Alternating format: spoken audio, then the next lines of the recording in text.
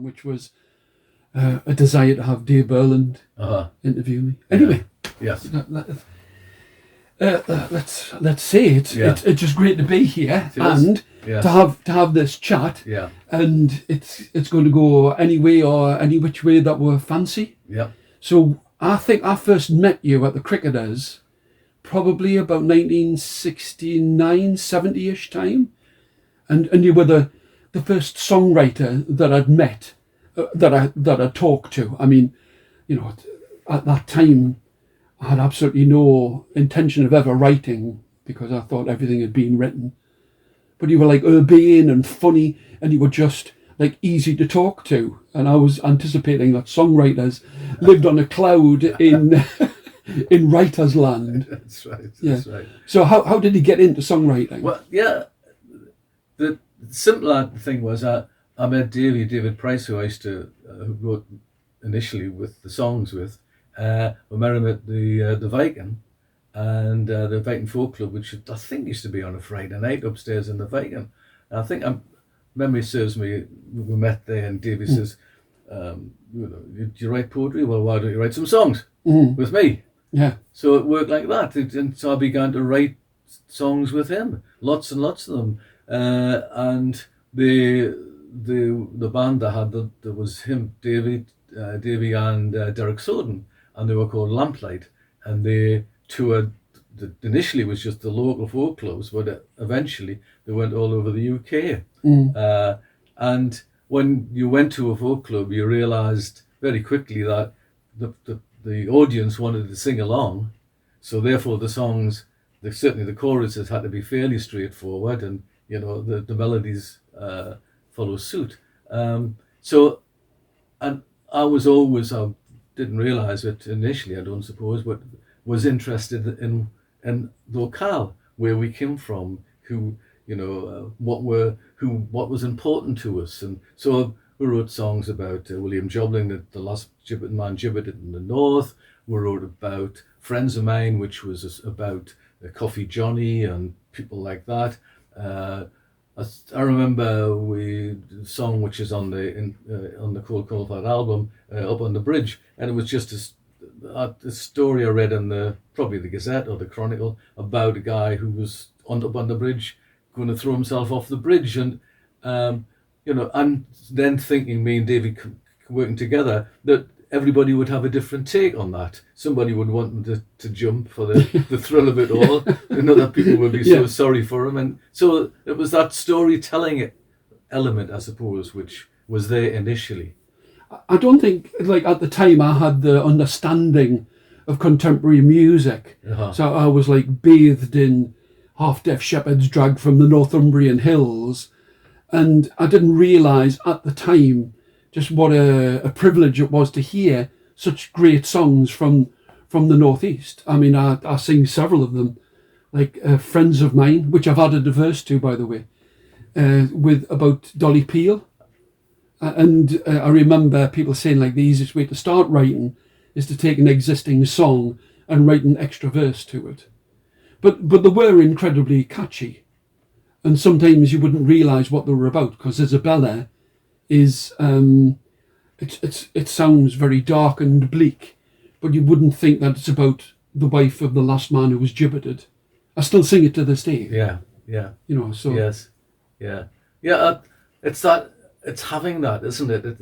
It's what Carole King. I was listening to the interview about Carole King and her husband, and the husband who Carole King's husband. I just can't think of his name at the moment. It just escapes me. But he wrote the music, and he wrote music that was, her lyrics were quite melancholic and downbeat, but his melodies kind of were the reverse. So it's finding that, you know, the right melody to suit that particular lyric. And sometimes they're so bleak, you have to make them, you know, in a major key rather than a minor key, you know, in order to pick up the kind of, to pick up so that the audience would listen to that. All right.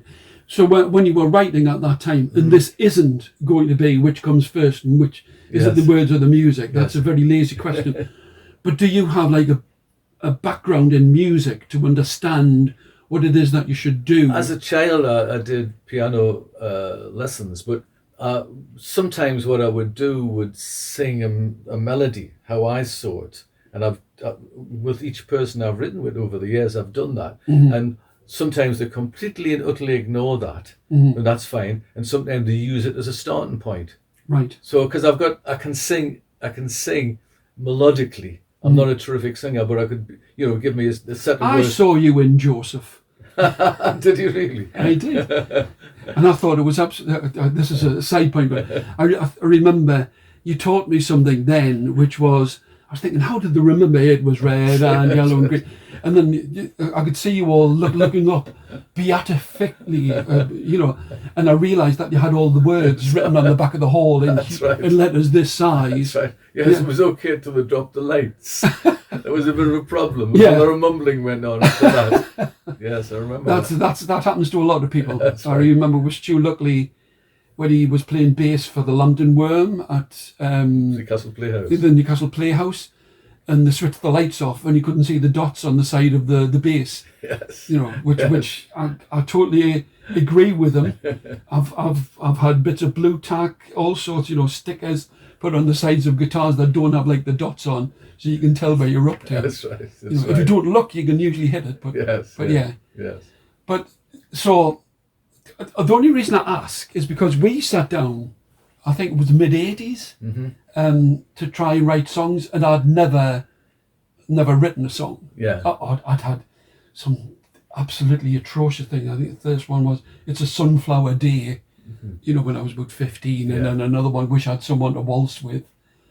And I thought, if you're working with somebody who's written songs before, and I just didn't have the chops to understand that was the kind of the way that you wanted the song to be. And I'd come from a very traditional, biased way. I mean, I think now if we were to sit down, you would say, like, I want this one to have like a Moroccan feel or a jazz feel or a rock feel or whatever. I go, okay, because I've done all that. But at that time, I just didn't have, exactly. I was like blocked in. Yeah. In the same way as understanding what it was that Lamplight were doing, like I liked what they did, but I'll tell you that, during the thing that we've just been through, I threw out all the albums and I said I'm going to restrict it to keeping 8, and one of them was the Cold Comfort album, because I just love that. Yeah, thank you. Love that one because the songs mean so much, and it's only in retrospect I realise like how strong a storyline that goes through them. So that transition from writing prose to writing songs, did you find that an easy process? And how did you react when somebody said, I don't really like that word? I've always been very easy about change. That people suggest it for the best of intentions. So I've worked with a variety of people, and I found I used to work with Davey, with Pricey, and he would work on the piano, and we'd just sort of sing together. That's the universal saying for piano. Yeah, that's right. We just sort of write together on the piano. And how it started would be, I would bring sort of 6 or 10 ideas, lyrics and a chorus and a middle eight or whatever it may be. And he would say, oh, well, that one appeals. So you'd start bashing away on the piano and the melody would come out, and then he would write it there and then, and then say, this is the harmony line, which I could never do. No. Do that straight away, but so I would try to hold the melody, and he would sing the harmony line. But it was an easy process. I found, he was, no, that's not working, because that's fine. I don't get upset by that. That's what I'm saying. Oh well, I have worked recently when people have sent me lyrics and said, can you write a tune for this? And you've seen some words and you kind of go, that's just not working. So you send them a text saying, I've changed the words, and there's as incandescent as a text can be, because it's only words, in blue and black or whatever colours they are. And it's like, well, I don't want you to change anything. And they kind of go, well, you sort of go, right, okay. Yeah. And then you go, well, I've written, I feel as if I write good tunes that suit the words, but because I find like a word that it's almost like a sore thumb sticking out, I'll kind of like choose not to sing it. Yes, yes. It's the same. Over the years, I've taken lots of writers' groups, and one occasion there was these women who all seemed to have been divorced or relationships had broken, and I said, when no seagulls swoop, but can you think of another word? That instead of swoop, that you have to. Sometimes a word just does not work. And it takes hard work, and I think if you haven't written a great deal, you get very precious about what you've written. Right. Then I think that's what you have to avoid. Being precious about the thing. Because I write something and then leave it one side. One of the tricks that I do, one of the things that I do is write it and come back to the next day. The worst thing you can do, and I've done it myself, is send something off straight away. Write something and then next day look at it and you'll be amazed how many repeats you have. Certain words, certain phrases you've repeated that. I suppose that happens melodically as well, not just in terms of a lyric. Yeah. And I also like what you were saying earlier. Tom Waits says, "I love terrible things to be told to me in beautiful melodies," and that's the really strong aspect of the songs that you wrote with Dave. Yeah. I mean, the other aspect of it all as well is you've got like two fabulous musicians, in Dave and Derek, and the fact that like Derek would play lead and harmonise, and it's that synergistic thing of you'd watch two people and it sounded like a band of four.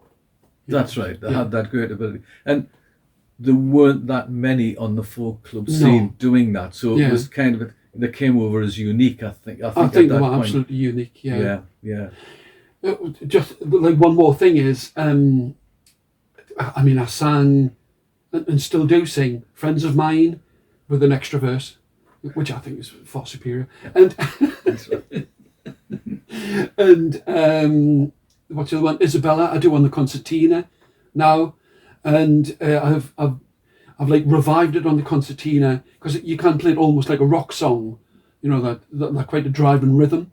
But playing it on the concertina, that's the international sound for concertina, by the way. and what you've got then is, it's a whole different ball game, but his reaction to it is just incredible. And they're all singing Isabella, at different points, and people were clapping before I'd even finished. And I was thinking, well, and it always gets silence. Yes. Because it's like a strong song, it's a sad song, but it's not a depressing song. It's another one of yours was I can't remember his name. I used to work on a sailing ship across the raging sea. When I got home, I was just in time for Gallipoli. Yeah. I can't remember that one. Yes. But great song. And another one was it there? Bed by the side of your window. Yes. But what you did for me and how I learned those songs was you sent me a cassette, which is one of my prized possessions. Right. And like Dave at the end says, Tony, you'll never believe how much fun I've had singing all of these songs, because it's like two sides of a C90. Right, you've got more than I've got. Yeah. Oh, well, I'll make a copy of it. Yes, do. But a great memento and a great recollection of all of those songs. Because unless they're recorded there and then, they just go into the ether, don't they, unfortunately? Yes, yeah. Another thing is, I agree entirely with this. Don't try and flog it. Like if you've got the initial idea, let it like grow like a crystal, Very much so. and then sort of go, it's good, but it wasn't what I was anticipating. Yeah. But there's this thing of, the more you do it, the more you get the idea of being able to do it, that the next one will take some elements of that and some elements of another one that didn't make a complete. You gain from it. You gain from each thing, whatever that may be. Yes. Yeah.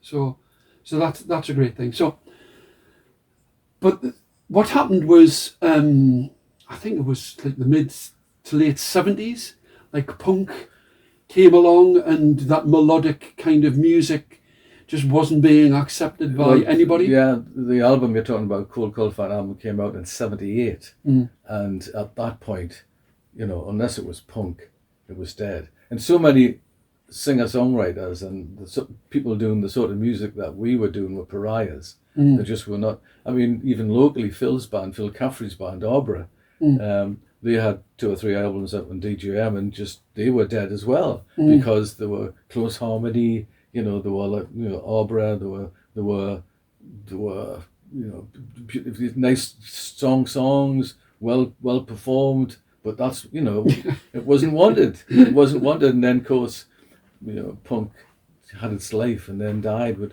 by which time, lots of those bands hadn't survived. We needed a second and third in an album to get a bit of a momentum going. I mean, they did the tours, toured with lots of people, doing support for lots and lots of people. Yeah, just never the Sex Pistols or the Damned. They weren't wanted at that time. That's right. Yeah. Not necessarily on this particular voyage. That's right. Yeah, I mean, I love punk. I've got to be honest. Yeah, I just absolutely loved it. It was just, it opened something in me. Yeah, in the same way as how they it was great. Unfortunately, it was terrible for other people as well. Yeah. Not terrible, but musically, I don't mean that.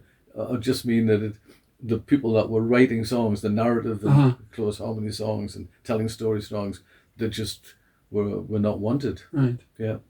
Yeah. So we were in, but I was all right because we were in Belgium and Germany and Holland, and Irish music was just, it kind of like reached its peak and it was just about to sort of go down. So we were still riding, like quite high, and everyone was going like punk, j'aime le punk, like this, and the Germans took it like to violent extremes, Yes. where it was. I remember a lad at Whitley Bay. But where's that place that burned down on the front of Whitley Bay? Do you know they had a hall there? Oh yes, Yeah. I can see. It Yes. doesn't really matter. Yeah. But like he was there with his ripped t-shirt and zips, Yeah. studiously placed and all that. Somebody spat him. Says, "Oh man, I paid 40 quid for that." Like, and you're thinking, maybe that's not quite punk. No. So at the same time as this was all happening, were you still writing prose and poetry? I was still writing poetry, and probably some short stories, I guess, at the time. And then that was back in the 70s, and me and Davey continued writing and doing stuff till probably 81, 82, I think we're still doing stuff. And then both of us thought what we're going to do with the rest of our lives. So we went to university, both went to Newcastle Poly, Davey, and so 3 years elapsed, and we did some writing together, but university kind of took over. And then when university finished for me, anyway, 84, I got 3 Ds. I got the dual, a daughter, and a degree. That was in 84. Did that bring it into hard focus? That's right, exactly. That did. So that's what happened to me then, and then I started working part-time initially at South Tyneside College, and then full-time within a very short space of time, and then worked there for 25 years. And during that time, I was writing a fair bit, and then writing began to, I suppose 77, I'm forgetting about, I did a community play with Alan Price, which was the subject of a BBC. Oh, can I just say this? Oh, you mean cousin of Dave Price? Yes, that's right. Because it always used to be the other way around. That's right, exactly. Yeah, cousin of Dave Price. Yeah. And it's called The Kelly, which was about the HMS Kelly. Yes. And that was subject of a BBC documentary of an hour on TV, and that was a really high profile thing. It took about a year putting together all the various elements that were involved. We had Maxie and Malcolm, we had 3 choirs, we had 6 actors, and one of the actors was Ray Spencer, who, that's 40 years ago, we've been friends all this time. And those things just happened. Marianne Faithfull recorded one of our songs, which has been on now, I'd kid you not, about 20 or 30 albums. So when you sometimes get into positions you don't realise that are high profile. You just, we had an album out, we had single out with Double Dunda I got a call from Alan Price once. He says, "Oh, can you do a song for Newsnight, which Cliff Mitchellmore used to do?" Yeah, sure, because they don't like the one that I've written. So wrote the song based on the images that they had with I can't remember what they were now, but we did that. Well, lots and lots of things that happened. As many things didn't happen. Projects, writing projects, music projects that we spent time and energy doing it and just didn't materialize because there was nobody got a deal at that particular point. So the 70s were very much like that, and then the early 80s were like changing. We were changing and doing different things. Getting older as well, like change your perspective on what your role was as to try and be in the entertainment industry, or I just knew that I wanted to write, and I perhaps realised at the time that was the songs, and Davy perhaps felt the same way. That wasn't the way to do it, and he became more and more involved with education and the like. That's and right, I continued to write, and so that the 80s sort of were about that. I guess if difficult to look at yourself and be analytical about yourself, but I was still writing, and I had poetry. Over there's a full shelf of the magazines that appeared in from mid-70s right up till today, really. But I was appearing in lots of these magazines. How do you feel when you see it in print? I think initially, you're not even initially. I think you're pleased. Yeah. That somebody has taken the time to say, I'll just like I had a poem which was in a magazine called Poets Republic just the other day, and I just saw these children coming off Krakow station, and being embraced by the people of Poland, from children from Ukraine, and I just wrote down just a little note about that, and then I began to think about it, and that in turn made me think of my dad, because my dad was a German prisoner of war, and he was incarcerated in Germany from April 1940 to the end of the war. He walked right across the land, Europe, big chunks of Europe, and the Poles were very, very supportive to them. And on one occasion, he told us a story. He says he was labouring on a farm, and the Poles themselves were hungry, but they left some black bread for him under the wheelbarrow. And I thought there's the past and present kind of merging together, and it just so happened there was the Poets Republic were looking for poems about that past and present, and about the war, and the guy came back and said, this strikes, really love this, touches all the nerves, thank you very much, and I'll publish it, and just put it on his line. There is a kind of a satisfaction in completing something. That's right. I mean, you sometimes begin, and I'm just remembering where it was. I woke up in the morning and I just wrote child. That's all I put on my pad there, child, and I couldn't remember what that was about. But as the day went by, I remembered the child on the station in Krakow and Netherlands. So I was that image took us to my dad and his problems and his trying to survive, and the child trying to survive. Yeah. So, but you've also written, like plays. I guess that began more in the mid-90s. I had a number of plays stage. I had one which has perhaps been that's been the most successful play of that period was I Left Me Heart in Roker Park, which has now been produced 4 times. And Ray Spencer was just a solo play, and he was on twice with him, and then David Whittaker, who sadly died now, he took the part up. He became Kevin Halliday, that's the central character. In 2014, Paul Dunn, he did it, and they did a tour of Washington Arts Centre and the Gala and the Customs House and a whole variety of places, really. And he all did really well with it. But that's me as a son and supporter. That's when it's kind of life story. So, and then I'd written the back end of the 80s, early 90s with Ken Ray. We'd written adapted The Machine Gunners, written by Robert Westall. He wrote a novel about his experience as a child during the Second World War, and we wrote The Machine Gunners, which was staged locally and then went to the assembly rooms in the Edinburgh Festival. It was there for 2.5, 3 weeks, 3.5 weeks, whatever it may be, in '98. Can I just give you an aside to that? When they filmed that was filmed in the street I was born in, Porchester Street, before, so they could have it so it was like semi-derelict. Yeah. Yeah, pretty much it's like when I lived there. That's right. Yeah. That's right. Yeah. So, do you find that, are you given commissions to write? I mean, a bit like the Alan Price song, you know, when somebody says like, "Oh, we need you to write a song." It depends. Perhaps the most recent play I wrote was Bobby Robson Saved My Life, and Gareth Hunter, who runs Eon Productions in South Tyneside, he said, "Would you be interested in that?" He said, "Because I know that you can write monologues," and that's what he wanted. He wanted 3 characters and to tell their stories, but not to know one another.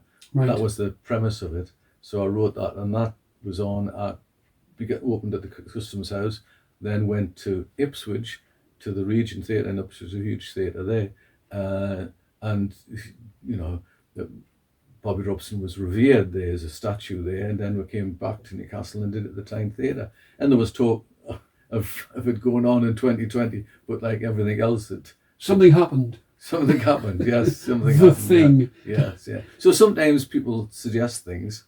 Sometimes, like Ray suggested, to me, what you say, the girls, the Dolly Mixtures, were talking to him in a car one day about doing the working men's clubs, and so he says, "Well, do you fancy writing that?" I says, "Yeah, it seems an interesting idea. Working class women going around working men's clubs, having to endure a lot of sexism and the like. That appealed to us, and just ordinary women doing extraordinary things, that appealed to us. So I asked John Miles, and we wrote that, and that was in 2016, and then it was brought back in 2019. So sometimes it's other people suggesting, and that you think, "Oh, that sounds all right," or not so struck on that one, whichever it may be. Right. It sounds almost like quite often it's happenstance that you've clicked on an idea, or like a story or a play or things like that. That's right. I mean, I'll ask you one last question. I mean, I think we could talk for like hours and hours, but do you feel that you could ever not write? No. Is it a compulsion? Oh yes, every day. I do something every day. It won't be a small thing. It might be a small thing. It might be just a revision. This morning was looking at the short stories and reading the short stories and make them hopefully come alive, rather than reading a monotone voice to 2 men and a dog. Oh, so that when you come to do like a reading from your own books, you're practicing them. Yeah. Yes, well, right. It's that muscle memory that you need, isn't it? Yeah, very much so. And it, just to hold an audience, that you learn a lot from. I think I've learned from 2 people particularly. One was Barry Cole, who was a poet, who was a Northern Arts Literature fellow in the 70s, and he was asked to do a reading. At the time, the Liverpool poets were big, and they pulled. Barry Patton wasn't able to do this reading, so somebody rang me and said, "Would you do it?" I thought, well, that'd be great, wouldn't it? Having me rather than Brian Patton. So I rang Barry Cole and said, "Would you fancy it?" And he said, "Yeah, okay, I will." He's come. French.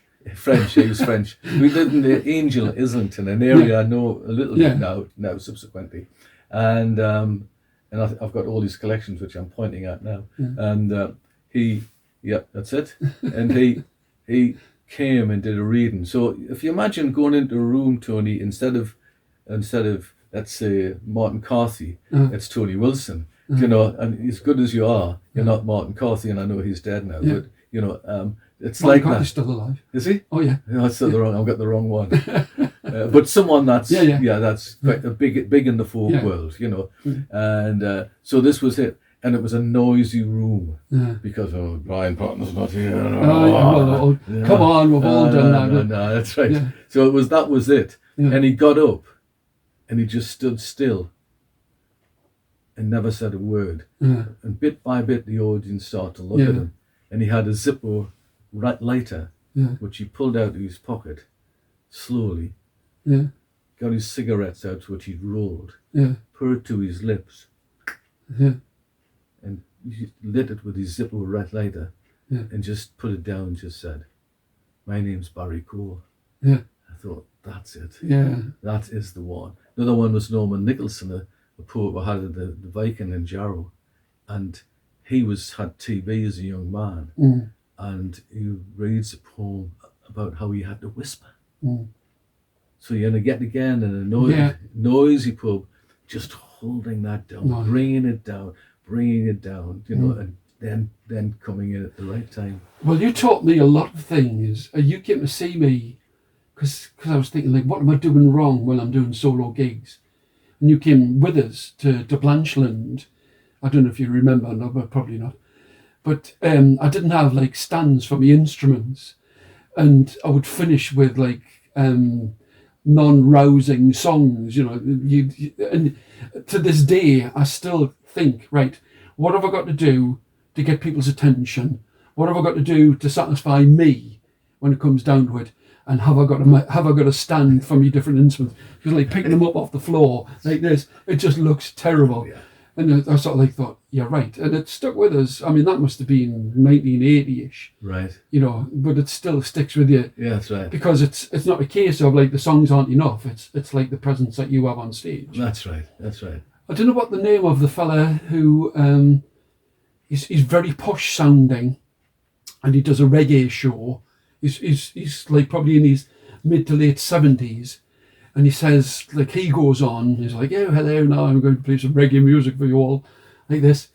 But he says, like, if the person before you has got everybody whipped up into a frenzy, don't try and go higher. Take it right down from the beginning and do it like that. That's right. And that's it. And it's like everything. It's like when I was storytelling. Yeah. It's about like warming them up, you know, doing this, like seeing how you can control them, you know, get them completely nuts, and then show them how to calm them down. That's right. Very much so. Yeah, it is. But it has stuck with us like all these years. I've got the most amazing collection of guitar stands.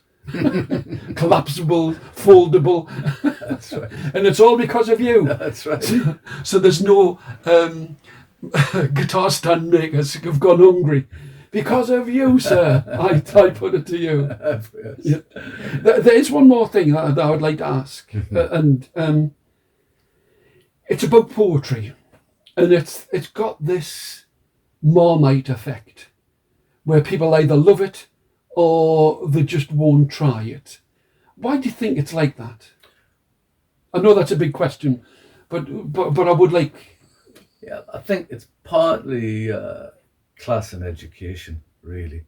You know, that my mum used to say to me, you'll ruin your eyes if you read too much. I don't think that would happen in a middle class environment. You know, I don't think a mother would say that. Yeah. So it's getting that kind of encouragement, support at that particular time. So that's one thing that's underneath that. Mm-hmm. Class in our country is still a major thing. You can't well, particularly at the moment. Well, yes, you can't get away from that. So that's an issue. And I think also that poetry is not for you. That sort of thing that people don't say, but maybe it's there within them, that it somehow shouldn't be for you. And it's like a lot of things, you just need to... I don't like old poetry. I've got particular types of poetry that I like. I'm looking now at a collection, I've got all these collections. There's Philip Levine, an American poet who writes about social sort of environment and things like that, things that appeal to me. I like him. I like a lot of female poets. Martina Evans, I think, an Irish poet. I've got most of her collections. Sharon Olds, another female poet I like. But other poets, I pick up a new collection. I'm subscribed to the Poetry Book Society, and I pick up a collection of new poet, and it doesn't do anything for us. And I think that's the thing. It's finding, what I'm really saying, I suppose, is finding a particular kind of poetry, let's say, that appeals to you, and plough that path, and maybe it leads you to other areas. Yes, I like that idea. Let's find what you like. And I always used to say, when people, I used to do drama, we used to go and see plays, And I would say the first thing they want you to do is to say something positive, because they imagine, because they're doing a critique or a write-up, it has to be negative. The certain character was absolutely terrible, you know, rather than what you like about it, you know. And that's it. I think find a kind of poet that you like, and like seek out other poets in that particular genre, whether it be someone that writes about, you know, shipyards, or someone that writes about flowers. I don't really care, but something within that really holds you and touches you. And once you do that, I'm sure you'll find other poets, whoever they may be, in that. And just go to the library, you know, and just pick up and just put, that's not for me. I like that. What's his name? What's her name? You know, and then get the other collections that they've written. That's great advice. Great advice. It's been a real pleasure. Thank you very much. I've enjoyed talking to you. Exactly. Yeah, it has. It's been lovely. So keep on writing. I like your poetry. That's good. I'm not just saying that because I'm here, but it did make us laugh when you say think something positive. You know, it's a bit like writing reports for children. That's right. He's become positively less reckless. That's right. That's right. Exactly. I wrote one. That's right. Yeah. But I misspelt reckless with a W. That doesn't help. This is in the days before, like spell checks. The spell checks and automatic typing. Yes. Written well, down. you've got 32 to write. 32 right. You fancy going off for a pint tonight? No. Yeah. Another lifetime. Another lifetime. Thanks ever so much. Yeah. That's great. Thank you.